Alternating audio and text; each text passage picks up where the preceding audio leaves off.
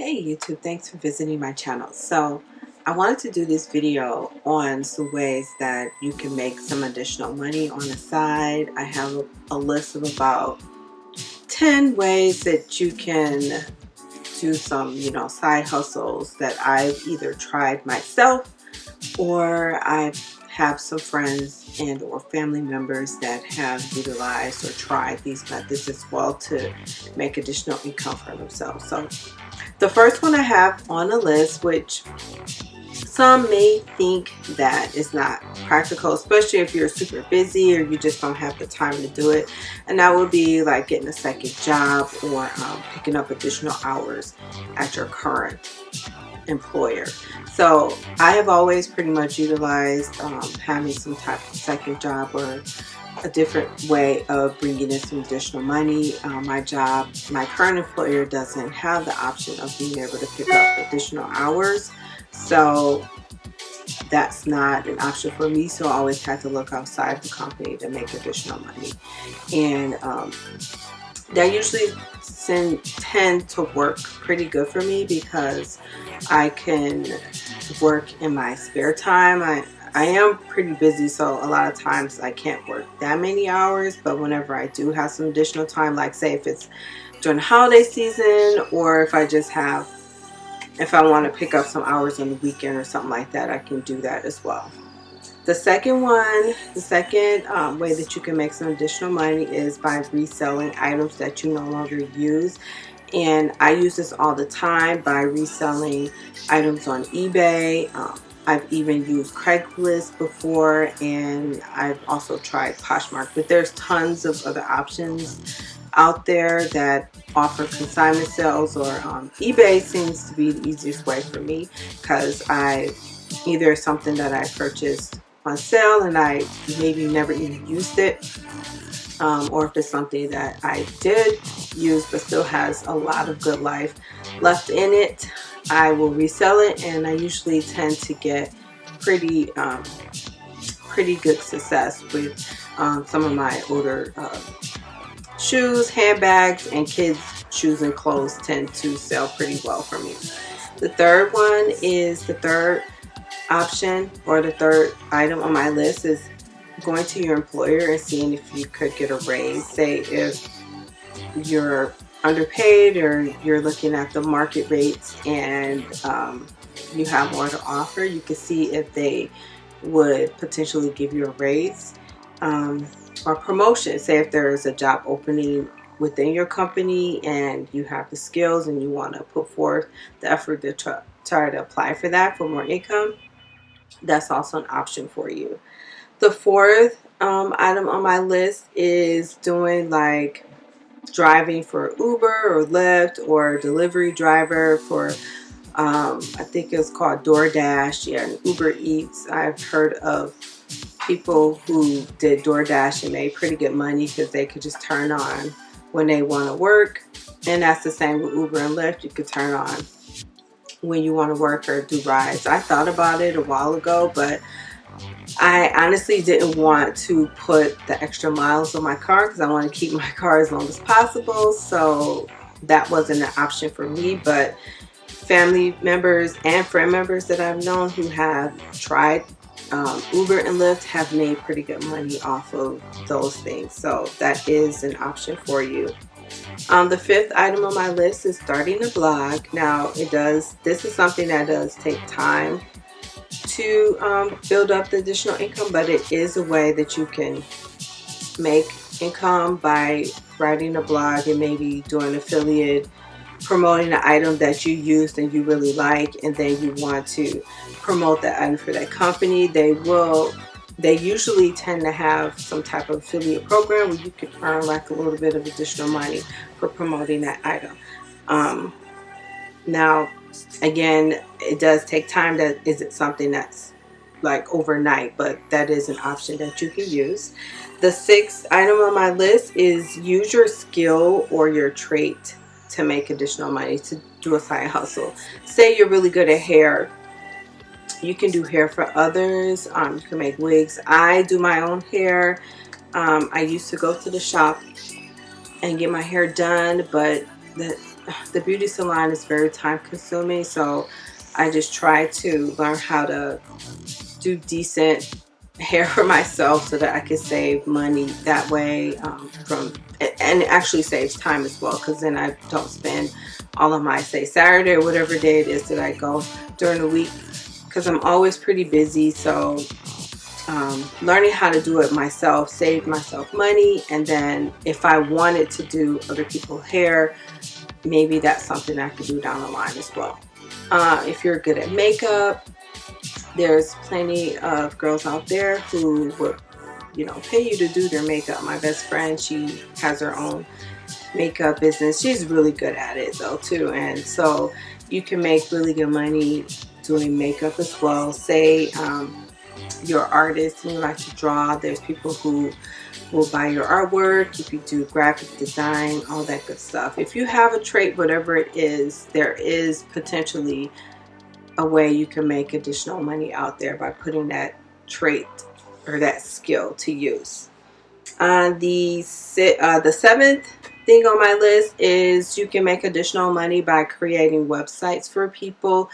How I refer to making a blog. Some people may need help setting up their own websites. If you're good at that type of stuff, it takes the headache out of the person who does not really know how to set it up, and maybe they just don't want to go through the process of learning. They'll just pay someone to do it, and even companies, big companies will do it as well. They're looking for graphic designers, they're looking for website developers. That's pretty good, a pretty big business as well. If you're really good at it, you can make good money off of it. The eighth item on my list is just utilizing like cashback apps and credit cards that offer the cashback. So I did a video on how I made like over $600 utilizing my Ande'ja cashback app. There's tons of apps out there where you can either earn points for stuff that you can utilize for future purchases or gift cards, or you can do cash back, and a lot of times it's just on stuff that you're buying anyway and you're just earning incentives on it. And the credit cards are the same. I am a big avid user of cashback cards because I utilize the credit cards to make my everyday purchases. Say I need gas, food, clothes, paying your cell phone bill, whatever it is that I would have had to pay for anyway. Using that cashback credit card to make that purchase and earning a little bit of cash back as well is ways that I, make additional money. So the ninth item on my list is opening up a checking account or say a savings account for their bonus. Now, these are pretty much all over the place.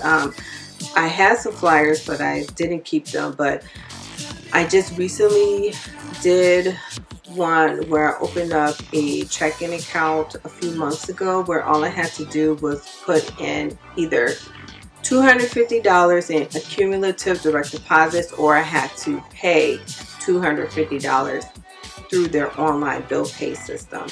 And so because this was an account that I was pretty much just testing out and opening up for the bonus, I did the bill pay option, and I just pretty much deposited the money in there myself, or I allocated a little bit of money from my payroll direct deposit to go into that account so that I could fulfill that, whatever it is that I needed to do in order to get that bonus. And sure enough, as soon as I paid that $250 in that online bill pay, I received my bonus, and it was like $200, and that pretty much was all I had to do. Now, it is something that you really need to make sure that you read the fine lines on, because they will have certain stipulations in place, like say maybe you need to have that account open for 6 months, or maybe they will only give you the bonus after you've had the account open for 12 months. But usually the ones that I signed up for, I try to find the easier ones where there isn't like a really harsh or a really intuitive process in order for you to receive the bonus. Because some of them, if you don't pay attention to the fine line, and you close the account before it says you can close it, then they'll, deduct that cash. Or maybe you missed one little thing and you didn't get your bonus, and that was a waste of, opening up that account when you didn't receive the bonus. So yeah, I usually only try to find the ones that are easy, and there's a lot of them out there. I usually get mine in the mail, or you can even look them up on the internet.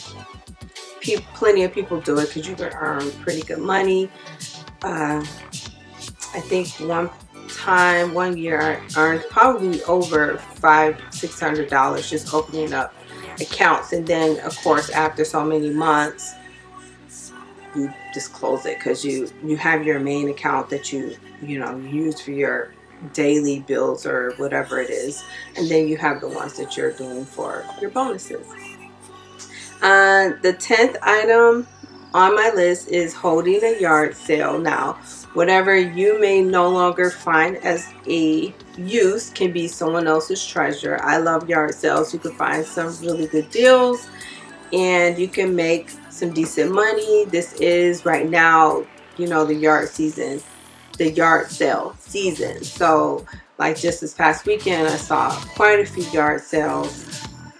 And you never know what people want to buy, so that's also an option that you can use.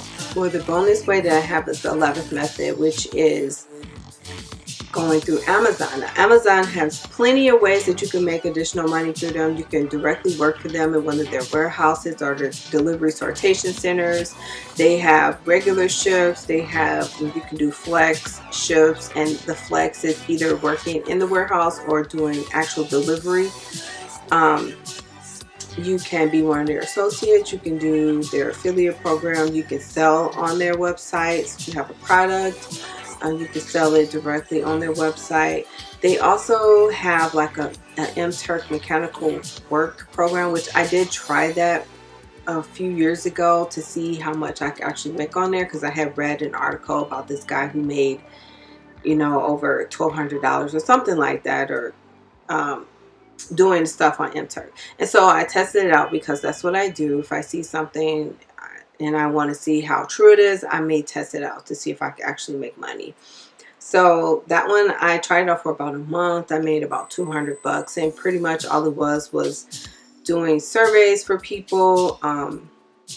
They even have where you can rewrite stuff, where you can transcribe things. You listen to the audio and you type it out for them. You put in things off of, say, a regular receipt. They may want you to write or input all the items that are in that receipt, and then you will only make like a few cents from doing that. And it was, a lot of the work is real tedious, but you have to build up your accuracy level, like the number of completed projects that you've done. The higher that number, the better paying jobs you qualify for, pretty much, because you want to get to the higher paid jobs. And if you're just starting off, you don't really have that much feedback yet, so you have to take some of the ones that may be really low level. And so that's where I was, because I just signed up for it, and you have to get approved and everything for it.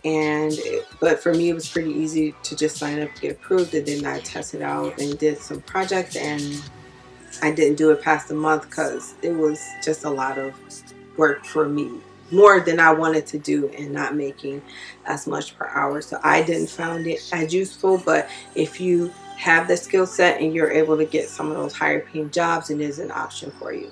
So I hope you found some of these useful. If you have any questions or comments, please leave those below. What are some other ways that you may think of that you can, make extra money, or side hustles or whatnot, that maybe, along the lines not too difficult to sign up for. So thanks again, and please be sure to subscribe to my channel.